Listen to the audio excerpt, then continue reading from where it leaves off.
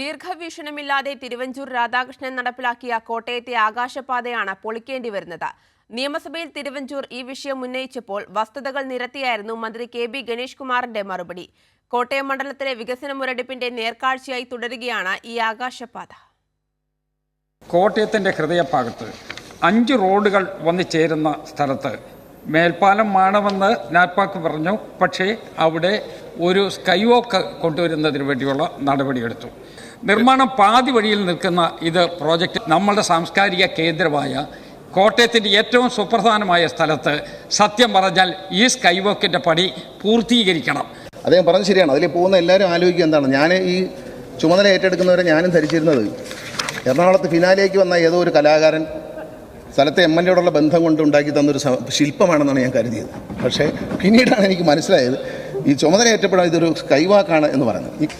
നമ്മളിപ്പോൾ 17 കോടി ചിലവാക്കി നിർമ്മിക്കാമെന്ന് വിചാരിച്ചാൽ തന്നെ ആ നിർമ്മിച്ചു കഴിയുന്ന സാധനം അതിൻ്റെ സ്ട്രക്ചർ മൊത്തത്തിൽ ഫിനിഷ് ചെയ്താൽ ഇത് പൊളിച്ചു കളയേണ്ടി വരും. കാരണം കിറ്റ്കോയുടെ പ്രവർത്തനത്തിൽ അപാകതയുണ്ടെന്ന് കണ്ടുപിടിച്ചിരുന്നു. എനിക്ക് പിന്നിൽ കാണുന്ന ഈ ആകാശപാതയെ ചൊല്ലിയായിരുന്നു കഴിഞ്ഞ ദിവസം നിയമസഭയിലെ ചർച്ച. ആ കെട്ടിടം കാണുന്ന ഭൂമിയാണ് ആകാശപാതയ്ക്കായി ഏറ്റെടുക്കേണ്ടി വരുന്നത്. എന്നാൽ അത്തരം കൂടിയാലോചനകളില്ലാതെയാണ് തിരുവഞ്ചൂർ രാധാകൃഷ്ണൻ MLA പദ്ധതിയുമായി മുന്നോട്ടു പോയത്.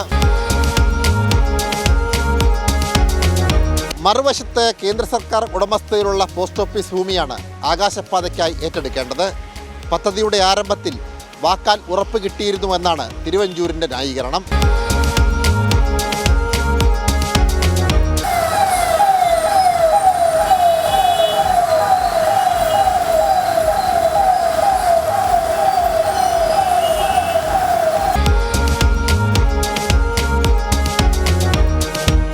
വാക്കാൽ കിട്ടിയ ഉറപ്പുമായി തിരുവഞ്ചൂർ രാധാകൃഷ്ണൻ മുന്നോട്ട് പോയതിൻ്റെ ബാക്കി പത്രമാണ് ദുരന്ത സ്മാരകമായി ആകാശപാത ഇവിടെ അവശേഷിക്കുവാൻ കാരണം.